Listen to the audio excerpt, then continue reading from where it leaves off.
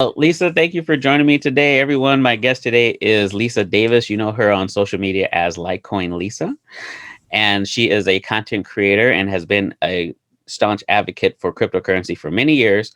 And Lisa's going to share with us today her background and how she got into cryptocurrency. Lisa, thank you for joining me today. Thank you so much for having me, Jason. I really appreciate it. And I really appreciate the shout outs and how you really push and support women in this space. There's not a lot of women in crypto, and those Women Crush Wednesdays and all those shout outs to those great ladies is kind of brightens my week. Well, I appreciate that. And I mean, the thing is, there's so much room to grow in this space, and we have to get over the tech bro stereotype. And there's a lot of women, a lot of people of color in this space that deserve to be shouted out. And what I like about what you're doing is that you put yourself out there, and you're not afraid to speak your mind about whatever it is you're associated with. So I think that helps a lot of people get the courage they need to do the same. So much appreciated. Thank you so much for doing that. To hear after losing my channel last week. Well, okay, so we're gonna get to that. So first, let's tell everyone how you got into cryptocurrency to begin with. What was it that started you down the rabbit hole? Yeah, my story's a little unique in that my mom, who was about 70 at the time, I had gotten married, my second marriage, in October of 2017. And so my mom decided to give us Litecoin for a wedding gift. And that took us down the rabbit hole. I had no idea how broken our current currency system is and the difference, why crypto, why Litecoin, why Bitcoin, and then how broken the USD fiat system is, the dirty fiat, as I call it.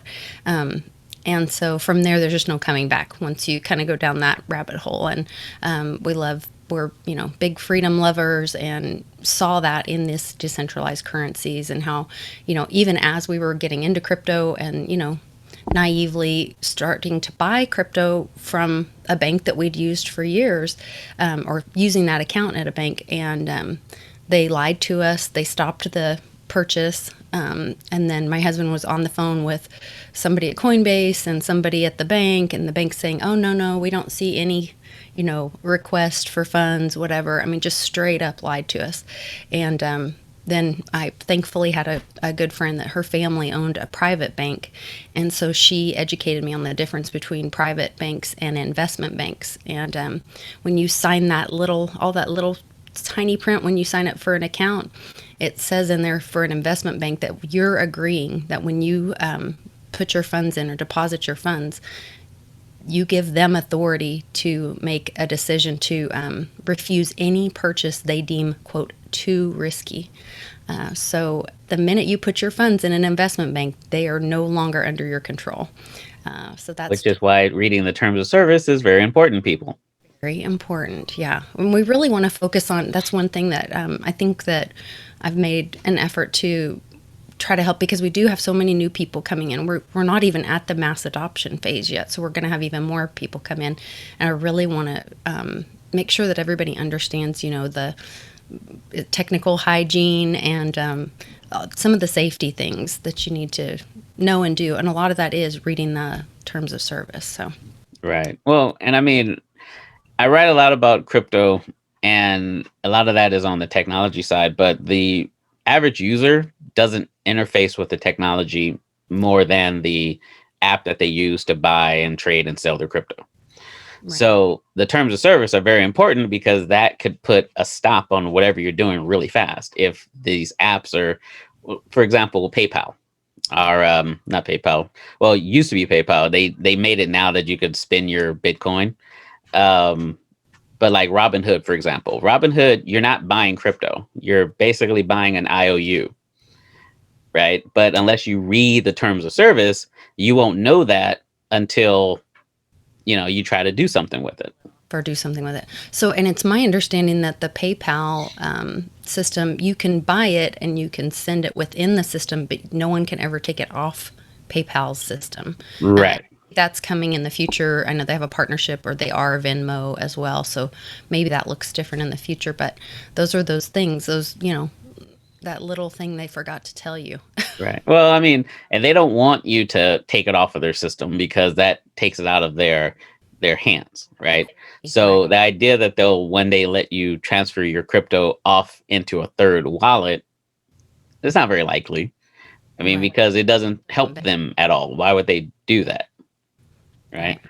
So yeah, so definitely check out the terms of service of any application you guys are using.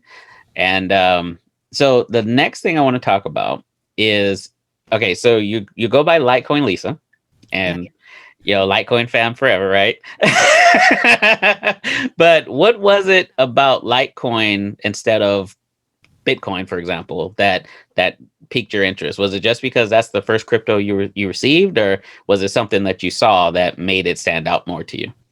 I mean, partially it is. That was the first crypto that we came into. And then my mom had also introduced us to Bitcoin Ben, Bixweir. So we started, watching all those videos, Cliff High, learning about this whole crew. And Ben he was starting his world tour, Bitcoin Ben. And so I have a marketing company, or had a marketing company. And I told him, he's like, where should I go? And I said, hey, come to Oklahoma City because I do events all the time. I'll do your press release. I'll get the location. Like, I'll do everything. Just come to Oklahoma City. So he's like, okay. So he comes. At that time, we had been, talking with a lot of Litecoin fam, but not in the private chat with Litecoin fam. But I had found John Kim on there, and that's back when he was traveling and in his car and sleeping in Roach motels. And I fostered and adopted a lot of kids, and so I'm comfortable with strangers.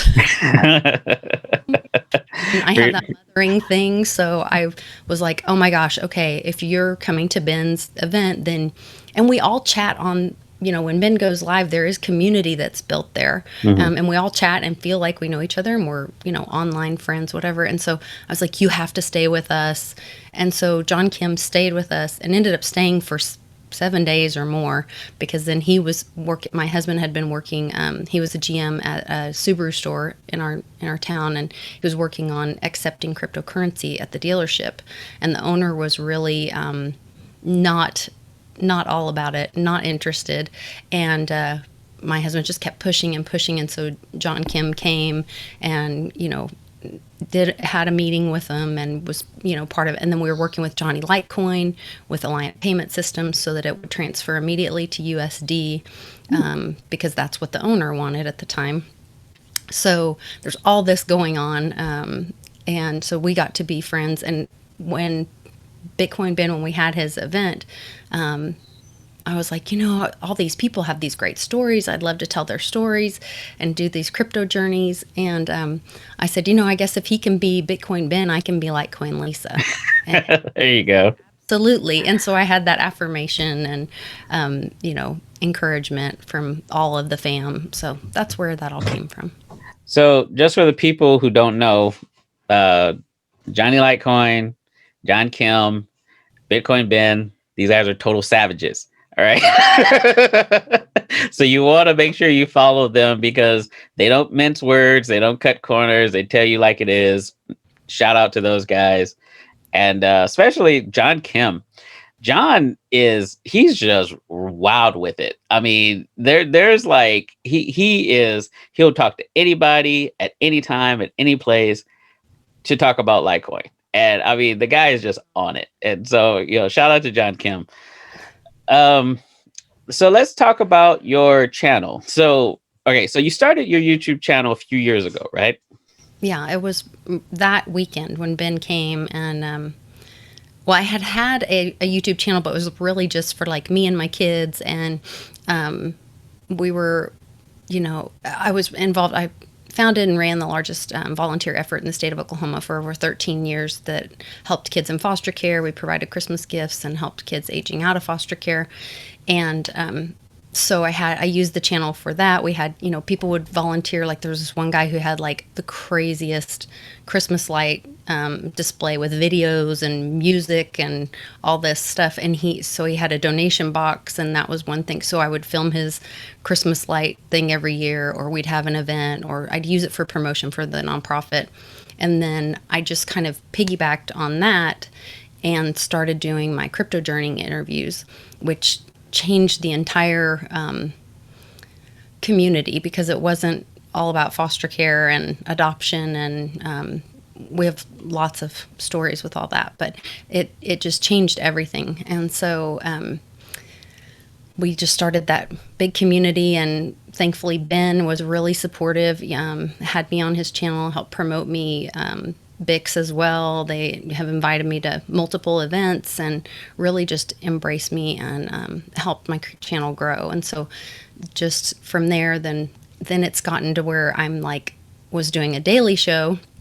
So on Mondays, I have my mom in it with Mame Crypto. She's got a blog about crypto. She tries a lot of projects or the tech of cryptocurrency. And so we talk about different projects and what's going on in crypto news. Tuesday was originally, I lost a child that from cancer. And so I had met this woman who helps parents and helps families who've lost children. So we started doing kind of a grief journey or counseling, not counseling really, but just kind of sharing those stories and talking about those uncomfortable subjects that involve grief on Tuesdays. And that's the grief goddess, Amy Fulmer. And it quickly got very political because we're all at a loss. Loss can be, and grief can be from many kinds of loss. And we've lost, what life used to be in America and around the world with what's going on now. I'll be careful of my wording. And Yes, please. I like my channel. yes, I like your channel too. We want to protect the channel. So it's turned more political, and we really dive into the Constitution and freedom, those kind of things. Wednesday's my Woo Woo Wednesday, so we could talk about it. We might be talking about Egyptian obelisks or psychic readings, or I have a affiliate link with C60. It's a product that I use, my whole family uses, and so we had Ken the scientist on, the guy that created it, and I mean it would just anything could happen on a Wednesday. So Thursday's Johnny Litecoin. We talk a lot about payments. He's been in the payment processing world for so long, and there's a lot of things behind the scenes. Like you said, with cryptocurrency, most people don't really interact with the tech or, the little pieces in the back behind the scenes, but they just interact on the front end. And so I've learned so much from Johnny. Like I had no idea. There's this whole conversation about crypto and Visa. And, why would crypto even want to partner with Visa? And, you're not being a crypto purist and all this. And Visa has so many fees. Well, it's actually not Visa. Visa is just the payment system. It's a layer. But the banks are what charges the fee. And so if you put crypto on Visa, then there's really a minimal fee. So I've learned a lot through that, and that's been really interesting. And then Friday is just fun, wrap up the week and have a beer. We really engage with the live chat, and Clint Westwood, my buddy, joins me on that. So it's a fun week. So tell me a little bit about what recently happened to your channel, because apparently your channel was wiped by YouTube and you had to start a new one. So can you give me a little about what happened there? Yeah, I've actually posted one of the letters because some people didn't believe me. I have way more controversial shows that I've actually gotten. I got a warning one time for a show, and they said if you get another warning or if this happens again, you'll get a strike, and then you can't upload for a week. And then past that, I guess there's more punishment. Maybe at some point you lose your channel. Last Thursday, Johnny and I were on talking about crypto. And live, like midstream live, all of a sudden I noticed no one's chatting from YouTube, and my mom starts texting me and she's like, what just happened? And I'm kind of confused and lost. It did go through because I was also streaming through Periscope to Twitter, and then I was able to save the recording, and so I have posted that on BitChute, Odyssey library, Pill.net. I'm trying to think of what else. A couple others. I'm trying to find those other platforms, but they sent me an email and said we've terminated because of you encouraging illegal or illicit behavior. And we were literally talking about he had found a software where you can track your trades so that you can report to the three-letter agency. I mean, I want to be really careful on your channel because we were we were literally telling people how to do things legally. So it's just really strange. We see this attack on crypto more and more. Right. Even Kat from Litecoin Fam, like she's the sweetest thing and just posts about cats and cows and crypto. Yeah, we And love Cat. yeah, and she had gotten pulled off Twitter. So, and I don't know if you saw the Clarence Thomas ruling this morning that that the social media is not protected by the First Amendment, and that the Section 230 does not apply to them. So they're not going to be protected and calling themselves publishers. So it'll be really interesting to see how social media changes through Well, this. from the tech side, though, it seems like these takedowns tend to happen on live stream, mostly because there's been other YouTubers who've had their same who's had their channels taken down while doing the same thing, talking about what most people would consider innocent Right. things, but Yeah. then YouTube strikes it down and then just I wipes their channel. And give it us. seems to be on live streams mostly. Oh, I hadn't seen that. This is the first time I had heard about, because I've had people reach out to me and they're like, I can't believe they did that to you on live stream. And Mm. they're like, did you have any strikes? I'm like, no, I had one warning and I hadn't received any strikes. I hadn't, and then they're like, did you appeal? So I appealed, but I haven't heard anything, of course. And I had just recently had over the last couple of months, a pretty significant jump. I was almost to 6,000 viewers, and we were getting anywhere from, when Uncle Cliff comes on, I get 14,000 views, of course. But I would have, typically anywhere from 1,000 to 1,500 views per video. So I feel like my channel was really growing. And then it was just so bizarre that probably the least controversial day of the week, they wiped my channel and just took it all away. I can't even. The weird thing is though, so I'm still logged in under that channel on my phone, and I will still get notifications like of other channels that I'm subscribed to, but I can't see them. I can't. I'd have to go to so I created a new backup channel, and thankfully friends like you are helping me promote that. I do want to say that my goal is not to stay on there. I'm just trying to rebuild and have a presence there to capture. We had a really strong community, and I want to make sure that we all have a conversation of where do we go from here? Because we know we need to get decentralized, and if they're going to block things like trying to help people figure out how to stay legal, that's concerning. So. Right, right. Well, you're already you're on Library, you're on Odyssey, you're on BitChute. Now, the one thing that I like about the way Odyssey/Library works is that you can sync your channels. So I follow you on those platforms as well. So you already did the syncing, though, right? Well, actually, Library did that for me before I even found out about them. Oh, And so then perfect. I went ahead and signed up another channel. It was a little confusing, but Mame, who I have on Mondays, does a lot of volunteer work for Theta, Mhm. or I'm sorry, for Library and Odyssey. And so she helped me out. And I'm supposed to be able to meet with somebody or chat with somebody, and they're going to point my new channel to my Library or Odyssey. So right now I'm Nice. physically uploading. I've done a couple videos since losing my old channel, and so I'm just uploading those to Odyssey right now. And they do have a new go live option on Odyssey, but I don't know how to link that to my streaming software yet. So there's a big learning curve for me. Yeah. I also have a Theta node, Edge node, but a lot of the terminology I don't understand. Like they're saying, put this streaming key. I can't tell which one's the streaming key and which one's the URL to share. And so real big learning curve for me, but I'm excited about it.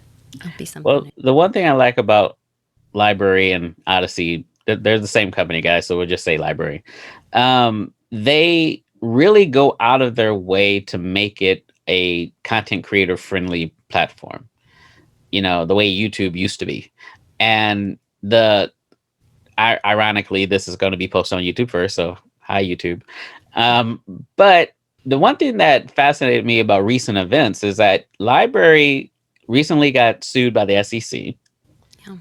And in the back of my mind, I'm thinking this has Google's name all over it, because it's like, why all of a sudden, you know, Library is finally becoming, and I don't call Library alt tech. I call Library the new standard. And I really think Google had a hand in this SEC filing that is going to try and harm Library/Odyssey. What do you think about that? Well, so I think that's very possible. I also have a little bit of devil's advocate kind of thought, because I believe that the good guys are in control, and this is part of educating America and the world about our Constitution. And it's my understanding that Library did do some things like the sales of tokens early on. There was a couple hundred, couple thousand, couple million that they sold to exchanges that was in violation. That is my understanding. So, but I kind of think there's been a couple attacks on some of these projects, and just like when JP Morgan gets in trouble for manipulating silver, they make billions, but they get slapped on the hand for millions. And then they go on and say, "Oh, I won't do it again." And I kind of feel like this is maybe cleaning up some of the crypto projects or companies where they might get slapped on the hand for that pre-sale that they shouldn't have done, that is in the past, and we won't do it again. But I think it also kind of runs them through the machine, and now they can move forward. So I don't know. That's No, one. that's true. That's true. That's a good point. Because if we want this to be mainstream, if we want mainstream adoption, we have to run through the same channels that the mainstream runs through. Mostly. I mean, hopefully the good parts, the decentralization, come with that, but we also want to be law abiding and not harmful to other people. So Yeah, it doesn't help the community to be the outlaws. We don't have armies and banks backing us up, so we gotta be a little bit more strategic with this. So no, that's true. So let's do this. Let's plug your socials. Lisa Mighty Davis. At least Mighty comes from my daughter who passed away. We called her Mighty Mia, or sometimes if you asked her what her name was, she would just tell you Mighty. So when I got remarried, my last name became Davis, and there's a lot of Lisa Davises. So I had to set myself apart. So I took part of my daughter's name. So I'm Lisa Mighty Davis on Twitter, and you can find me on my new channel, Litecoin Lisa, on YouTube. I have a Facebook, but it's mostly like personal family stuff. I don't know that that's really, it's not like a strong crypto presence. I do share some crypto stuff there. And then my Instagram I rarely use, but I do have a Patreon. And so as I'm doing research for my shows, it's $5 a month. And as I do research for my shows or things that I am not comfortable sharing on YouTube for fear of censorship and different things, I will put on Patreon or share. So it could be a link, it might be a quick video from me, and I also check the direct messages on there from my Patreon at least twice a day. And so I really have a strong connection with that group of people that are willing to use that as a way to support the channel and what we're doing, the message that we're getting out.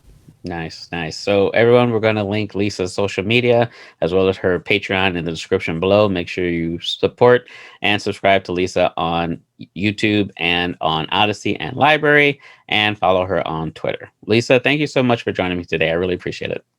I appreciate all you do for the community and for me, and I look forward to sending you the dragon memes on Wednesday.